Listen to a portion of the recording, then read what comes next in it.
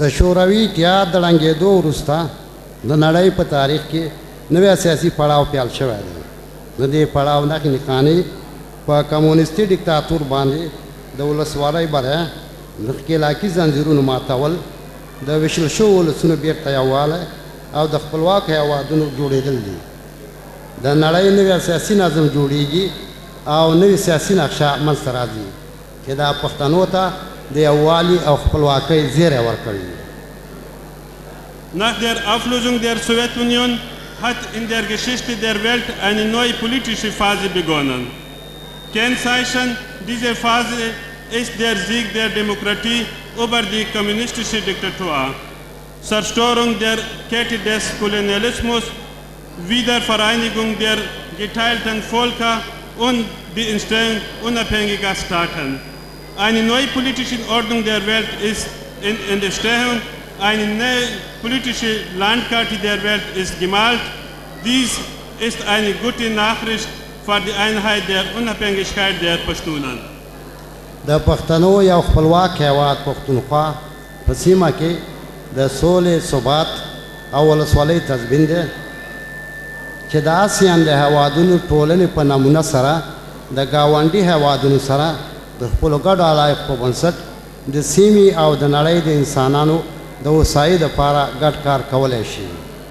Eine unabhängige Staat der Pashtunen, das heißt Pashtunkhwa, ist Garantie für die Frieden, Stabilität und Demokratie in der Region und kann nach dem Muster der ASEAN-Staaten aufgrund des gemeinsamen Interesses mit den Nachbarländern zum Wohl der Menschen der Region und der Welt zusammenarbeiten.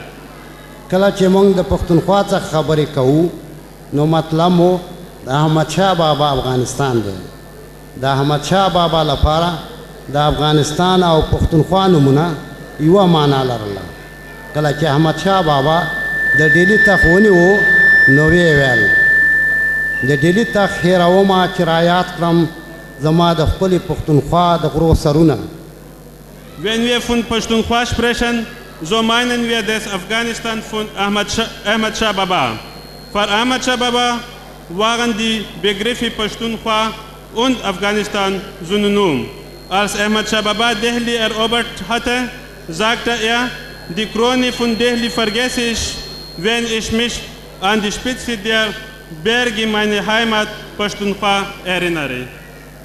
د احمدشاه بابا افغانستان د اورونو قومونو پښتنو، هزاره، ازبک، تاجک، ترکمن، بلوڅو او نورو ګډ کور دی. زموږ د ګوند په منشور کې په فدرالي بڼه کې د اورونو قومونو حقوق خوندي شوي دي چې د هېواد په سیاسي، اقتصادي او ټولنیز ژوند کې د خپل شمېر سره سم عادلانه برخه ولري. Das Afghanistan von Ahmad Shah Baba ist das gemeinsame Haus der Brudervölker, Pashtunen, Hazara, Usbek, Tajik, Turkmen, Baloch und anderen. In der Satzung unserer Partei sind in einer föderalen Republik die Rechte der Brudervölker gesichert, dass sie entsprechend ihre Zahl am wirtschaftlichen, politischen und gesellschaftlichen Leben teilhaben. کومه وروروجنه چې نن سبا زموږ په ګران هېواد کې روانه ده موږ یې په کلکه سره غندو او د ملګرو ملتونو او ټول نورو هڅو ملاتړ کوو چې په هېواد کې د جرګو او مرکو له لارې سوله راولي او ډېر ګوندیزه ولسوالي پلي کوي. Den Bruderkrieg und Brudermord, den er zurzeit in unserer Heimat gibt, verurteilen wir.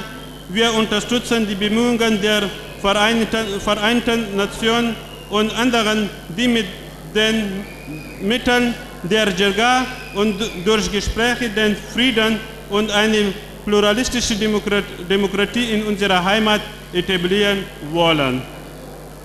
په پای کې د پښتنو ټولنیز ولسوالۍ ګوند د مېرمنې ټولنې د ځوان پښتون، د ننګیالي پښتون، د پښتنو د کلتوري ټولنې، د پښتونکور او ټولو هغه کسان څخه چې دې میلې په تنظیم او سمبالښت کې مرسته سرته رسوله د زړه له کومې خوښنه کوم. Abschließend danke ich der Frauenorganisation der Sozialdemokratischen Partei der Pashtunen, der Jugendorganisationen der Partei Zwan Pashtun, der Organisationen der Partei Nangyali Pashtun, den Pashtunischen Kulturverein, den Pashtun Chor, Pashtun Anjuman und alle denjenigen, die bei der Gestaltung und Organisation des Tages der Einheit der Pashtun mitgewirkt haben.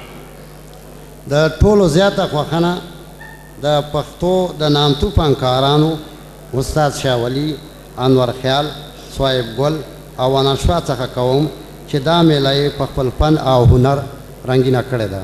Mein besonderer Dank gilt den pashtunischen Sängern und Künstlern Ustad Shawali, Anwar Khyal, Sahib Gul und Anwar Shah, die das Fest der Einheit der Pashtunen mit Liedern und Musik schön und bunt gemacht haben. درانه ورتنوالو دا تقریر ما د ژباړې د تخنیکي لتون له کبله لیکلی ده، که څه هم ما ته لیکلی تقریر خوند نه راکوي. دلته ډېر درانه ملي مشران راغلي دي. که زه د ټول نومونه یادوم نو یو غټ لیست به جوړ شي، خو څو کسان چې ولسمل صاحب نه خوښنه کوو چې دومره لرې نه دلته تشریف راوړی دی. روحي صاحب چې ناروغه و موږ خبر شوي سره د دی دلته راغلی، او د ډاکټر قاهر نه چې بیا دا غونډه زمونږ په خپل راتګ سره درانه کړې ده. د ټولو ملي مشرانو نه چې دلته تشریف راوړی دی او دا غونډه یې زمونږ رنګینه کړې ده، ډېره ډېره خوښنه.